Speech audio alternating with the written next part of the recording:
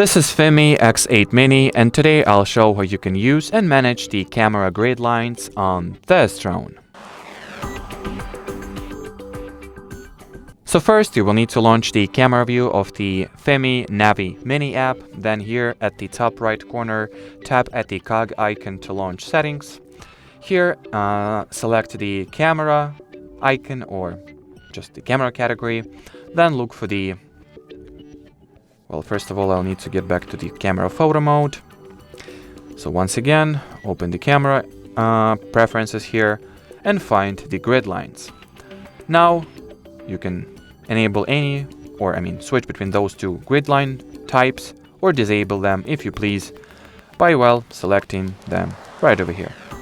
And as far as this video goes, that'll be it. So should you have any further questions, leave them in the comment section below. But as for now, thanks for watching and bye-bye.